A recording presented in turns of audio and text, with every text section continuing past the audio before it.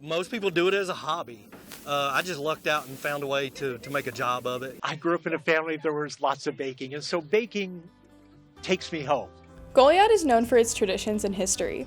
For 35 years, Goliad market days have always been placed downtown, drawing in hundreds of buyers to peruse the tents of sellers marketing their wares, handmade furniture, canned goods, crafted home goods, and all things unique.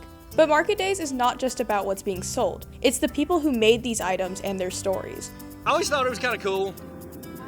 When I was 19, there was an old blacksmith in the little town that I grew up in, and so I apprenticed under him and started kind of learning the trade. I'd already made a knife when I was 13. Had a brother that was a machinist. I just come from a blue-collar working class family. And so, if you wanted something, a lot of times you just wanted to build it. I think initially I was self-taught.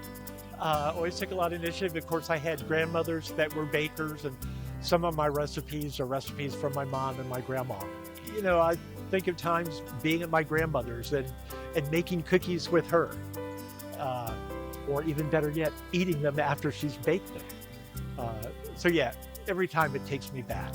A melting pot of purveyors gather once a month around the historic square of this rural South Texas town. From bakers to builders, sellers come from across the state to showcase their products. You know what? South Texas is wonderful. I haven't met any bad people.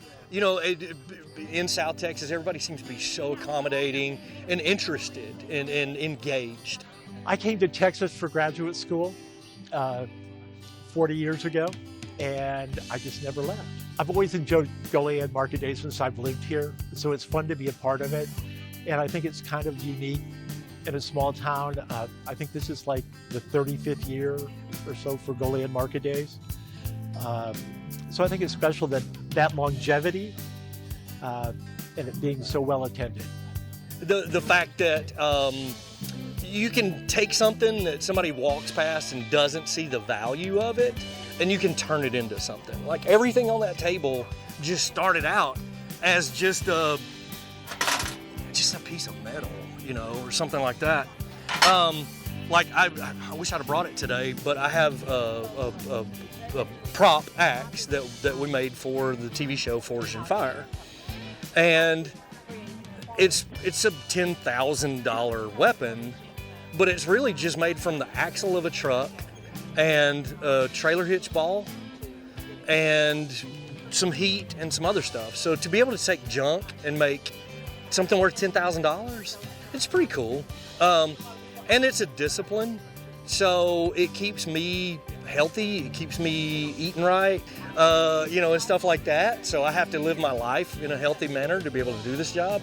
But I would say the number one thing goes back to the creativity of it, just being able to make things. One of the things that I try to think of is my food philosophy, which I have, and that is just honoring the ingredients with what I bake with.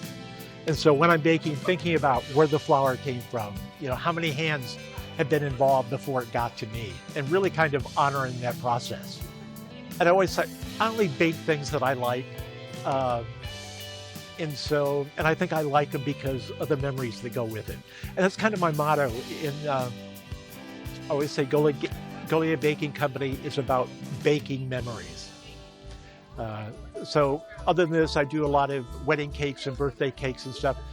So I get to kind of infiltrate every special event in my own way. Goliad Market Days isn't just about the shops selling their products. It's also about the people that run them. They are creators with unique pasts that find a home every second Saturday. Though the only thing that Mr. Tinney and Mr. Martin might have in common is their use of fire, they both find a humble community here in downtown Goliad.